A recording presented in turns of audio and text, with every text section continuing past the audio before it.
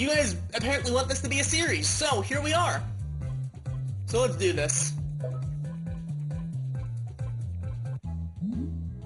Big news, I heard a person saw a very rare Pokemon near here. A Pokemon that appears suddenly like this won't necessarily stay in the same place for the length of time. Let's go look for the Pokemon right away. If you don't hurry, it may vanish.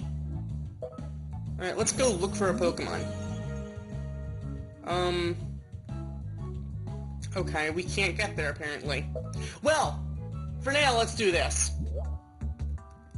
We have a puzzle to do, so let's do this. Here we have a few rows of 10, it looks like. That's convenient. We know that those 6 are going to be included.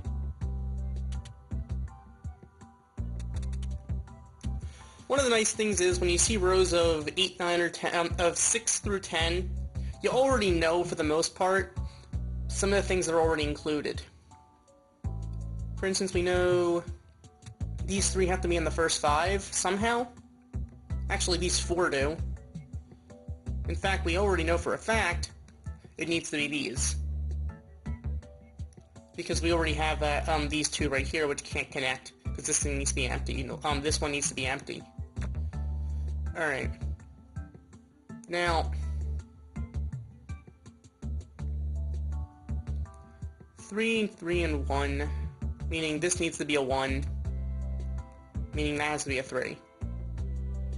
Okay. So now we know that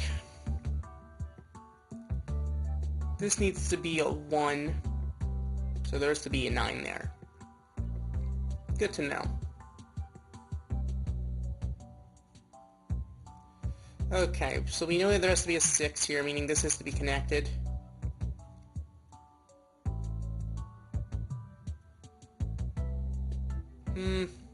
This needs to be a 1. That needs to have a 2 then.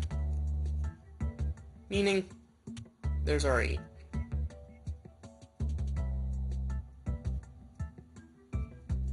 Because we know the 5 need to be connected to the we know the 5 from the 4th column need to be connected to those 2 near the bottom.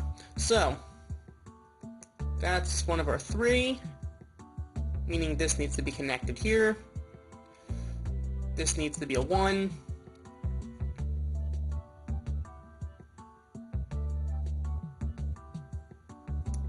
Meaning we have that. There we go. Oops. Alright.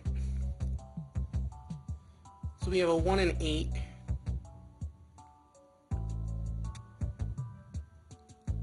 Okay. There's a 4.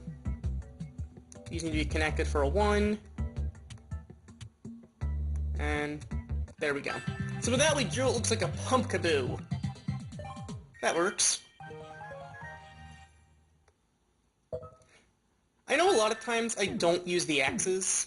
I mean, sometimes I do, it seems, but sometimes I just don't because I try to remember. The X's do have their uses, though. Alright, so it looks like we have another puzzle coming up. Let's do this. Alright. Here we go. Alright, so... do any of these add up to 10? Yeah, this does. Alright. What you want to do is you want to look for the numbers that add up to 10 if you include the spaces between them as a 1. Because you don't know if they're going to be a 1, but you know if they add up to 1, then it has to be. Alright, is that the only one? Or we also know that the 8 has to include this.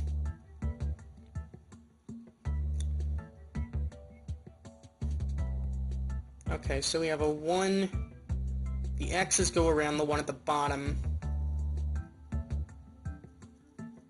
Meaning we know 1, 2, 3, 4. They need to be included in here. In fact, I think these 5 do, actually. Now, we don't know which if the last one or the first one is going to... Actually, we know the first one can't. Because the one to the left of this string needs to be blank, because the one right above that is a 1. meaning we know those are also true, meaning that's true. If I ever say something is true, it means it is filled in. If I say something's false, it means it deserves an X. If I say that, I apologize if I don't explain what I mean. Or if I've already done that, for whatever reason. That said, we need to fill in this space with stuff. Alright.